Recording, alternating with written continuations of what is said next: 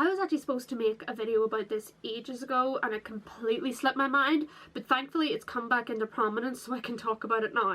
Hey, what's up you guys? Welcome back to my channel. My name is Erin and this is where I talk whatever the crap about whatever the crap I want to. If you haven't been living under a rock recently, you will know that the most recent James Bond film has just been released called No Time to Die. People have been waiting on the movie for a very long time because it was supposed to come out I think last year, and then COVID happened and it got delayed a lot and people didn't know when it was coming out, but it came out this week, or it premiered this week, and it's kind of going to be in public cinemas very soon. It is the last James Bond film that Daniel Craig will be doing, and obviously this has stirred up a lot of conversation about who's going to be James Bond next. As per theme of Hollywood nowadays, the conversation about whether James Bond should be a woman next has cropped up quite a few times ever since Daniel Craig announced that he would be leaving. And I don't know if he announced that No Time to Die would be his last immediately, but as soon as people knew that he was leaving and the conversation started on who was coming next, obviously the topic of whether James Bond should become a woman next came up. The creator of James Bond, or the woman in charge of James Bond at the moment, Barbara Broccoli, actually spoke about this a long time ago. Well, I say a long time ago, maybe like a year or two ago. And she said James Bond shouldn't be a woman. Now, I'm paraphrasing. James Bond shouldn't be a woman because women should have new characters written for them that are strong, independent, badass, and don't need to be initially a man to be a good character and to be popular and to be prominent in media. And if you've been following me for a while on this channel, you know that that is pretty much my thoughts on turning male characters into female characters.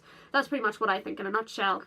What was said exactly was, I hope that there'll be many films made with women, for women, by women, about women.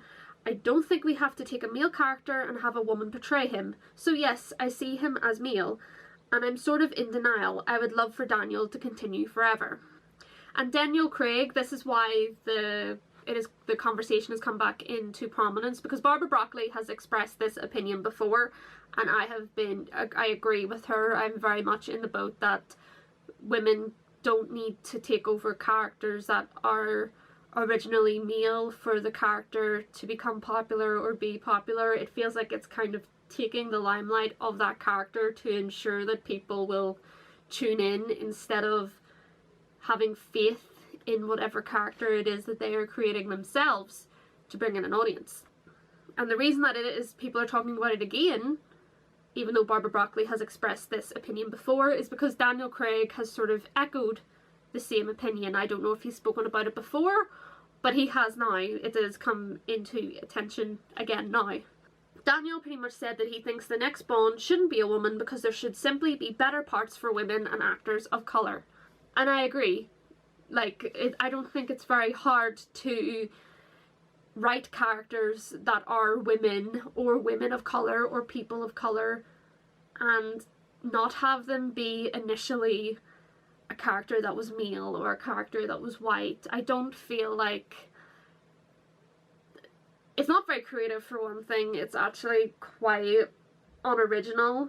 It's basically taking someone else's character and kind of gender bending it just so that you don't have to do the work of creating a new character. Phoebe Waller-Bridge basically said that what Daniel Craig is trying to say is that we should have a character that is on par with James Bond that's a woman, not that James Bond becomes a woman. And I kind of agree with that. It would be interesting for them to write a character into the James Bond movies who's maybe an agent or whatever it is. I don't really watch James Bond. It sometimes be on in the background, but I don't really know all the details.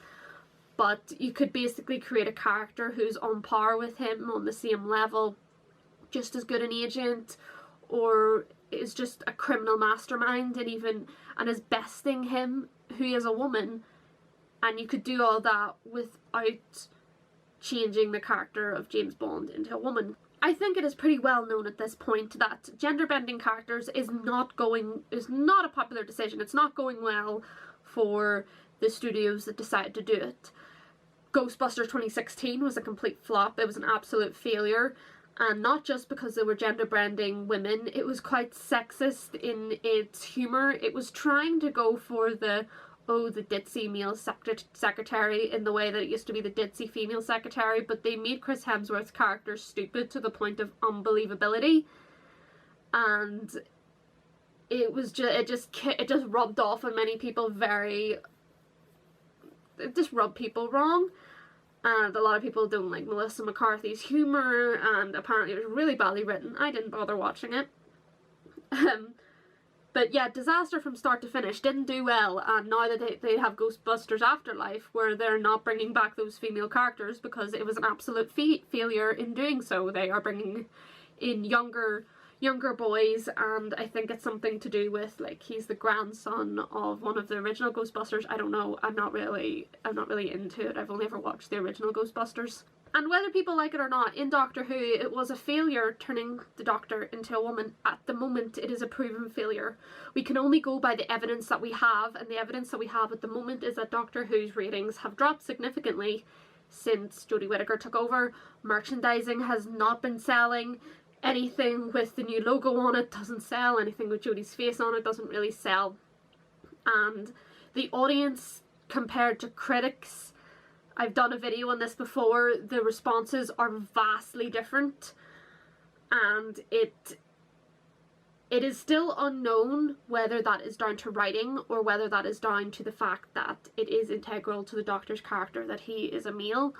But from the evidence we have at the moment with both the writing and the decision to hire Jodie Whittaker, the show has plummeted. It is in both quality, viewers rating, as I say, the merchandise isn't selling. It's just not the same.